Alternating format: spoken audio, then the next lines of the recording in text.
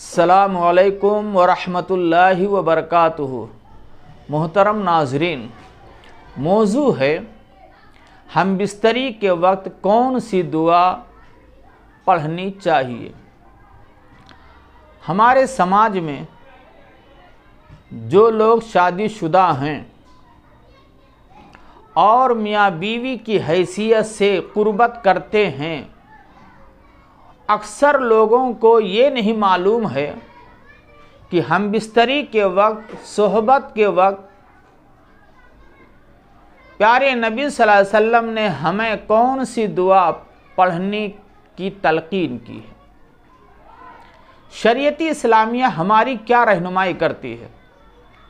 अक्सर लोगों को दुआ मालूम नहीं, और जिन हजरात को दुआ मालूम है वो अक्सर पढ़ते नहीं हैं, इल्ला माशाअल्लाह।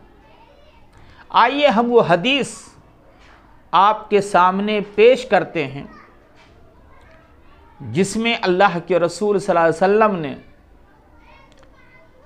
बीवी से हम बिस्तरी के वक्त, वाइफ से हम बिस्तरी और कुर्बत के वक्त, सोहबत के वक्त दुआ पढ़ने की तलकीन की है, हुक्म दिया है। सही बुखारी की हदीस है, किताबुल वज़ू, हदीस नंबर 141। प्यारे नबी सल्लल्लाहु अलैहि वसल्लम ने इरशाद फरमाया कि जब तुम में से कोई शख्स अपनी बीवी से हमबिस्तरी करे और ये दुआ पढ़े, बिस्मिल्लाह अल्लाहुम्मा जन्निबना शैताना व जन्निबिश शैताना मा रज़क़तना, तो अगर मुक़द्दर में अल्लाह ने औलाद रखी है तो जो औलाद पैदा होगी शैतान उसको तकलीफ़ नहीं पहुंचा सकता। ये छोटी सी दुआ है मेरे भाइयों दोस्तों, बड़ी कीमती दुआ है।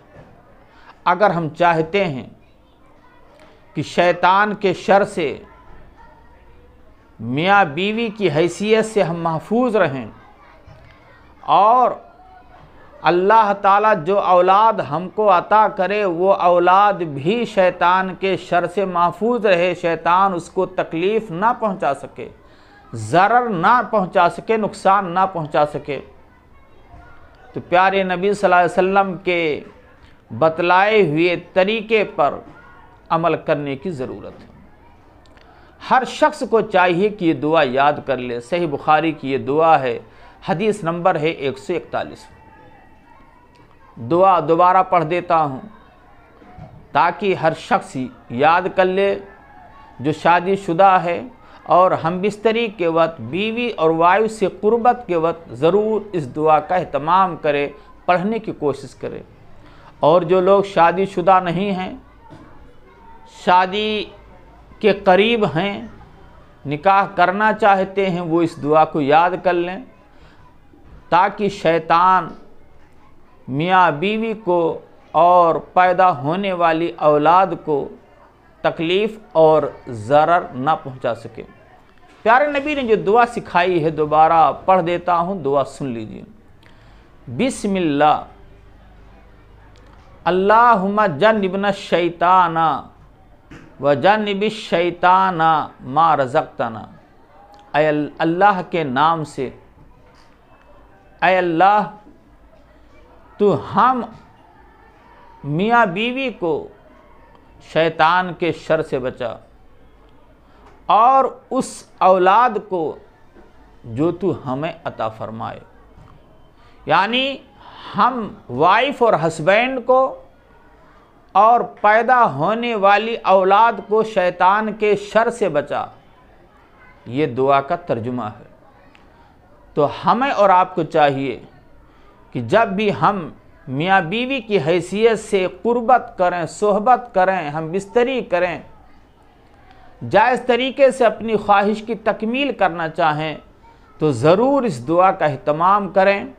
बिस्मिल्लाह अल्लाहुम्मा जन्निबना शैताना व जन्निबिश शैताना मा रज़क़तना। अल्लाह से दुआ है कि अल्लाह ताला हर शादीशुदा जोड़े को इस दुआ का एहतमाम करने की तौफीक अता फ़रमाए और हर शख्स को और उनकी औलाद को अल्लाह शैतान के शर से बचाए और हर शख्स को ये दुआ याद करने की तौफीक दे। आमीन। वस्सलामु अलैकुम वरहमतुल्लाहि वबरकातुहू।